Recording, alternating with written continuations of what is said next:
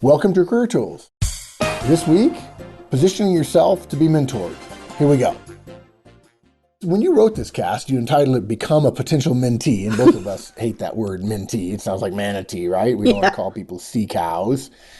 And essentially what we're doing here is we're telling people that you don't just have a good career and just hope somebody just plucks you out of the ether and says, you're going to be my mentee, right? Yeah. And on the other hand, you don't go up to random strangers who happen to have good titles and say, please, will you be my mentor? Yeah. Oh, please, sir. Oh, you're my mommy. Yeah. So we're talking about how do you maximize your chances of being accepted as a mentee or being mentored, right? Mm-hmm. How do I get noticed by somebody who would mentor me? And who do I need to know to be mentored? And we do have casts about the basics of mentoring. We have a couple of casts for mentors, right? Mm-hmm. And one of the fundamental principles that Manager Tools and Career Tools believes in that's not real obvious is that for a long time, management was such disrepute that people said, oh, the answer is mentors. And we actually believe that the answer is good managers. But lacking that, we recommend that everyone have mentors. In fact, we've even suggested that you have a whole board of directors in the sense of a number of people who you can turn to who are more senior, more experienced to give you guidance and so on. But you make an interesting point in the introduction here that what all those mentor casts say, or that the mentee cast doesn't essentially, is that the mentors choose their mentees based on potential. Yeah.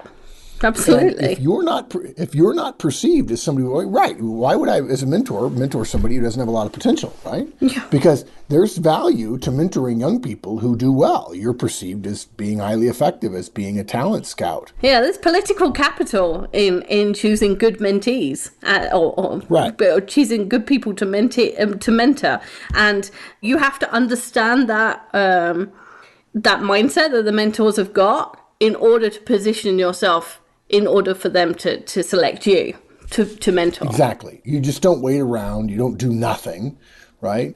And you have to look like you have potential. Mm-hmm. Okay. And the question becomes, what do you do to stand out as someone who would be worth to mentor? So walk us through the outline. First thing we can do is increase your internal network. I don't think there's a Career Tools cast without the word network in it. Volunteer for things. Make changes in response to feedback. And get results.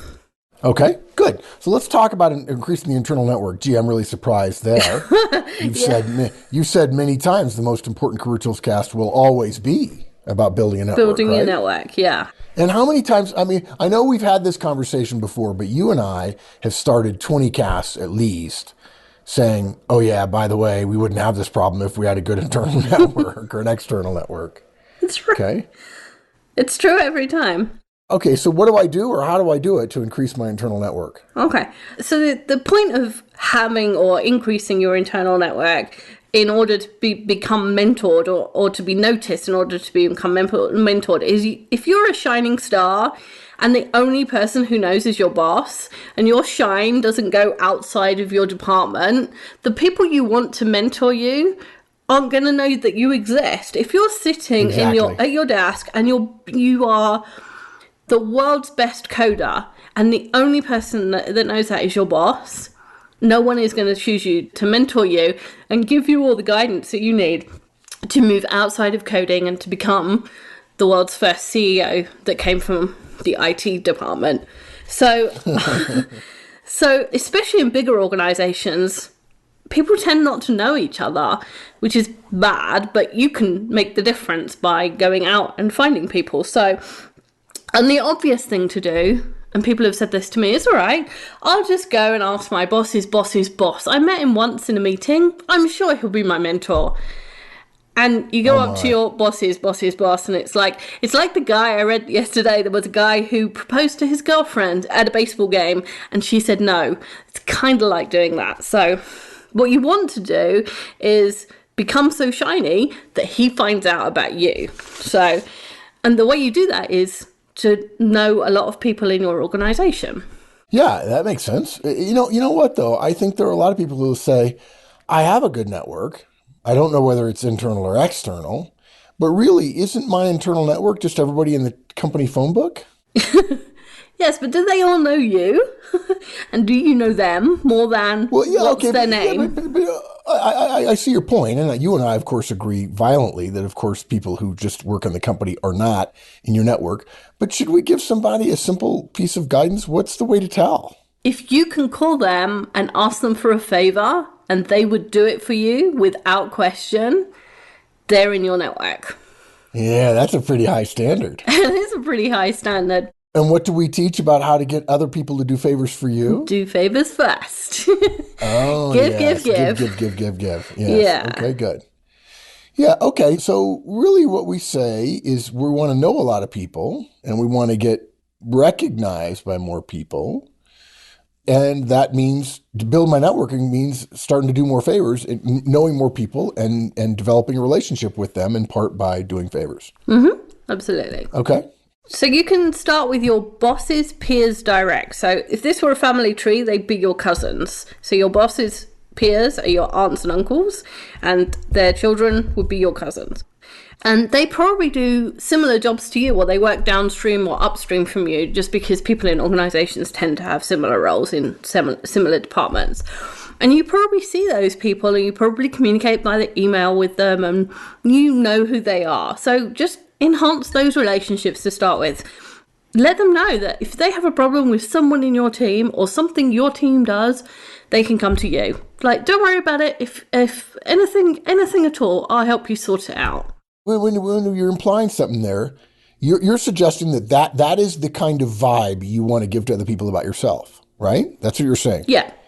Well, but there are people listening to this cast who would say, but I don't want to do that. That's not me. I take care of my stuff. I keep my head down. If everybody else kept their head down, everything would be fine.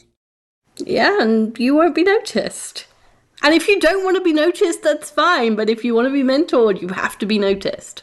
So in other words, what you're saying is the head down, I'll get my work done. I'm not going to play politics. I'm not going to create a relationship. It's fine if you're willing to stay where you are and if you don't ever want a mentor and if you just expect luck to tap you on the shoulder every once in a while. Exactly. And that person shouldn't complain about not having a mentor or not having as fast a track growth or not having as much success as somebody who makes their shine noticed a little bit more and builds their network internally such that other people are aware of them. Yeah, exactly. Well, what do we say to those people who say, well, I don't like that? Well, I'm sorry that the world isn't the way that you want it to be, but the world is the way it is, and you can either play or not play. Pout. Okay. I'm going to pout now. I'm going to totally pout. I don't like that. Well, it's a good thing you're in the audience of a podcast and I can't see you pouting. Pout for as long as you like, but you'll eventually come around to our way of thinking, or not. Yeah, look, you can be the way you are. You can stay the way you are, folks. Just don't complain about what you don't get. When in fact the rules show, the evidence shows, and the unwritten rules suggest that you have to have a big network internally in order to get noticed. And being noticed and having a mentor, potentially having a powerful mentor, not that that's the only kind of mentor to have, makes an enormous difference in your career. Now, the biggest thing that makes a difference in your career is results. Mm-hmm. But if you could reduce your results by 2% and increase your chances of being mentored by 50 or 60 or 70%, you're nuts not to do that, right? Absolutely. Okay, so you suggested start with your cousins, your boss's peers, directs. Yeah. Okay. Because right, they're people that you probably know in some way, and so they're easy to enhance. You're just enhancing a current relationship. And once you've got to know your cousins, you can work out from there. So we've got a cast about who to know in your organization and how to get to know them. That has it has the contacted diamond, meaning that the diamond is widest at the point that's your level, right? and narrowest above and below you. And if you're at the bottom of the organization, it's not a diamond. All you have is a triangle above you. Yeah. And the higher you get up, the more the diamond goes down below you. Yeah, exactly. Yeah, exactly. Okay. So if you need ideas about who to get in contact with, start there. And if you're in a small company and you're thinking, I know everybody at Manager Tools, I know everybody, your customers or your suppliers or the other people that work in your building, if you only have a floor of a building, do you know the security guards? Do you know, there's all sorts of people that you meet every day, that you see every day that aren't in your network because you can't ask them for a favor. So there's all of those people to get to know. And there's, you get a chance every day. It's like the easiest thing is, and you don't have to wait for an opportunity to build your network because it happens every day. You know, it's funny. I think one of the simplest things we can suggest to people is go to meetings with other people that you wouldn't normally go to. Whether you're at that meeting or any other meeting, sit next to someone you don't know, introduce yourself. We have a cast for that. And say, hey, by the way, if you ever need anything from our department, give me a call. Happy to help. Now, some of you might feel slightly repulsed at that, but I really want to have a team right next to yours because my team's going to eat your team's lunch. Because I'm going to teach all my guys to do that. They're going to know everybody in the company, and people are going to call us, and we're going to do favors, and we're going to get the things we need when we need them. Yeah. I mean, like, think about how you would treat somebody if they came into a meeting, looked a bit lost and said, I don't know anybody here, but my name is Richard. Can I sit next to you? Oh, well, like, that person would say, yeah, sure you can. Yeah, sure you can. Sit right down, sure. And if they would do it, if you would do it for them, they will do it for you. There's no need to be shy. Okay, so the next thing we have on our list is volunteer for things. I'll tell you what, I have spent my entire professional adult life volunteering. Fundraising and charities and at work. I'll do it. And I'm amazed at the number of people who scoff. I'm just amazed. It's like, yeah, okay. How did you end up where you are? Oh, well, I volunteered a lot. Exactly. So you've told me before that volunteering serves two purposes. What are they? Okay, so first it's one way to show your enthusiasm, your willingness to get your hands dirty, the ability to do more than you're already doing. If you can fit in helping out with the bake sale as well as doing your job and getting results, you've just told the people who know you that you can do more. And that's a good thing. And again, if when we say that, your mental chatter says, but I don't want to do more. I just want to do my job and go home. That's absolutely fine. Exactly. But if you want to advance, you're going to have to show you can do more. And you're going to have to do more. You're going to have to put yourself in positions where people who don't know you will meet you. Yeah. I'll give you a classic sort of a parlor trick, which is not a parlor trick that I've done for years with people. In fact, it's a future Career Tools cast, but we'll hint at it now. People will say to me, I don't want to volunteer because it gives me stuff to do. I get deliverables. And I say, yeah, actually, you do. And that volunteering, those deliverables, if you really believe in the volunteering as a means to an end or as a genuinely helpful thing to do, or both, which is if you're smart the way you're thinking, then you'll end up with more deliverables. What happens is those deliverables now are obligations for you to do, maybe not as important as your primary job, but important enough that you're not going to not do them. And so now you have more to do. This is one of the ways that you end up becoming more efficient and effective at work. It's where the old phrase comes from. If you want somebody to do something, ask the busy person because they're getting a lot done. Now, there are some busy people who are just show busy and just spinning their wheels. But the vast majority of people who are professionals at professionally managed companies that have effective managers in them are getting a lot done. The parlor trick I used to do was I used to say to people, okay, look, I have calls to make today. And I would be doing some training and I had calls to make to clients while I was on the road. And I would say to them, so look, I've got about 20 calls to make. I would make sure that I had roughly 20 calls on my to-do list that day. Mm-hmm. And I would take bets about how long they think the calls would take. And typically they said, well, there's no way you're going to get them done in an hour. Some people said, 40 minutes, probably 2 minutes a call or something. I said, no, I'll get 20 calls done in 15 minutes. And they just couldn't believe it. Now, part of the reason they couldn't believe it is because, folks, when you think about it, you don't have to make 20 phone calls in a day. You don't. I'd be willing to bet if you check your phone, you discovered that if you take your spouse and or your kids out of the phone, you don't make 20 calls a day. What that causes people to think is, geez, 20 calls, that's a lot. It's going to take them an hour. But you get voicemail on 10. Mm-hmm. In the other 2, you spend a minute or 2. And you warm up the connection or do whatever it is you need to do. And maybe you have a 5-minute call. Maybe it takes you 20 minutes to make those 20 calls. But it certainly doesn't take 40. And it certainly doesn't take an hour. And I used to do that during my lunch break. And I'd say to them, you guys want to get ahead.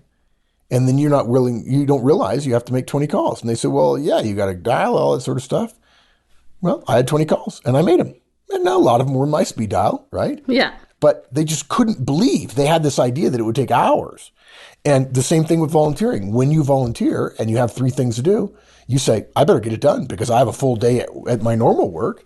And suddenly you become the guy that everybody wants to turn to for stuff because you are always busy, because you're always doing something. Most people who are listening to this cast could double their productivity without a single another hour spent at work. Oh, absolutely. But yeah, I used to do the same thing. I used to race people to do my email. I'd be like, right, I got 75 emails. How long do you think it's going to take me? And they'd go like an hour and a half. Yeah. I'd be like, you're joking. I'm going to have them done in 20 minutes. And I would. 20 minutes. There you go. Yeah. Racing is fun. No high D there at all. Yeah. Okay. And the other point you've made before is that when you volunteer, you meet people you wouldn't have ordinarily met. Yeah, like even if it's like a softball match, or if it's, so if it's something kind of not work related, or if it is a cross-functional team, if you volunteer for it, you get to meet a bunch of people you wouldn't normally meet. And you don't want to waste that opportunity by being a bit standoffish and, sticking to your job. Like, be the one who brings the donuts and makes the coffee. And because if you go around everyone and say, hey, I'm making coffee, do you want some? You get to know everybody instantly, and you've got a reason to talk to them. So again, there's no reason to be shy. Just like offer to make the coffee and you got a reason to talk. There you go. Okay. You mentioned at the top, make changes in response to feedback. Yeah. So the most frustrating email you and I ever shared was somebody who asked for our advice. And when we gave it, said, yeah, actually, I don't want to do that. So can you help me do the opposite? And we were like, no, we are not advising you to do something. We're not going to tell you how to do something we don't advise you do. Yeah, that's the phrase, right? We don't make recommendations on how to do something that we wouldn't recommend you do, which astounded this person. And if I'm not mistaken, he did what he wanted to do against our advice and now is back for more advice. And we told him, yeah, not so much. Exactly. So you don't want to be the person who puts your mentor in that position. You want to have a reputation for listening to people's guidance and for attempting to do things differently and attempting to be better, because that's why they're going to mentor you, so that you can be better. And if you don't change, if you're not willing to change, if you're not willing to look at your behavior, there's no point in them even giving you their guidance. So what that means is you have to be willing. And when the change is suggested, you have to try it. Mm-hmm. And I think a lot of people think, oh, I have to give up my old way, even though my old way got me here. Of course, Marshall Goldsmith, our friend, would be happy to tell you what got you here won't get you there. You're probably at a plateau if you're thinking about a mentor or becoming more shiny to mentors, more mentorable, if you will. And what you do is you say, okay, my way works just fine, and I'm going to try this other way and see what happens. And if you're doing something for the first time and you get as good a results as something you've done 20 times, that should give you some clue that the new way is better. Because when you get better at it, it's going to produce better results for you. Yeah. Plus, it keeps you from being what so many people are, particularly when they start getting in their 30s. They start thinking, this is the way I do things. Ugh. I like this way and I'm comfortable. And what people don't realize is when they're 50, those are the people who are called sticks in the mud. And, oh, he's not willing to change and so on. Yeah. Right? Periodically, when I'm delivering, I change things. I delivered today in Reno, and I changed the way I did our introductions. We do introductions the same way every time because we think we have it down, but I change it just to make sure our way was still better. And it was, but it wasn't a slam dunk. Mm-hmm. So one of the things you and I talked about before is do things that are uncomfortable, act in ways that aren't natural, and be willing to try stuff. Yeah, because you can guarantee that the moment the mentor is thinking about mentoring you, he's going to be in contact with your boss or other people knowing you, going, yep, okay, Bill, I'm thinking about mentoring him. What do you think? Is he good with, is he good with getting advice and guidance? Is he just looking for a sponsor, or is he somebody who's really amenable to making some changes to go to the next level? Exactly. And you want the answer to be absolutely yes. He's really responsive, listens to what I've got to say, and really tries hard. And you've got to have that behavior first before the mentor notices exactly. you. Yeah, people are like, no. If a mentor suggested it, I do it. What makes you think that that you would do it for a mentor, but not for your boss, or that your potential mentor wouldn't call your boss? Crazy talk. Yeah. Yeah. And if you want to get to the next level, you have to do things differently. You just can't do the same thing and expect a different result, right? So if you want better results, you have to do it differently. Yeah, you need to learn about S curves and about changing your behaviors, jumping from one S curve to another in order to in order to ensure your future survival. What got you here won't get you there. That's what Marshall Goldsmith says, and it's a great book, and he's exactly right. And last point is get results. Gee, that sounds familiar. Doesn't it? And it's not last because it's last but not least. It's the one that will have the longest lead time. So you can start your network. You can make a new friend today. You can make changes today. You can volunteer for something today.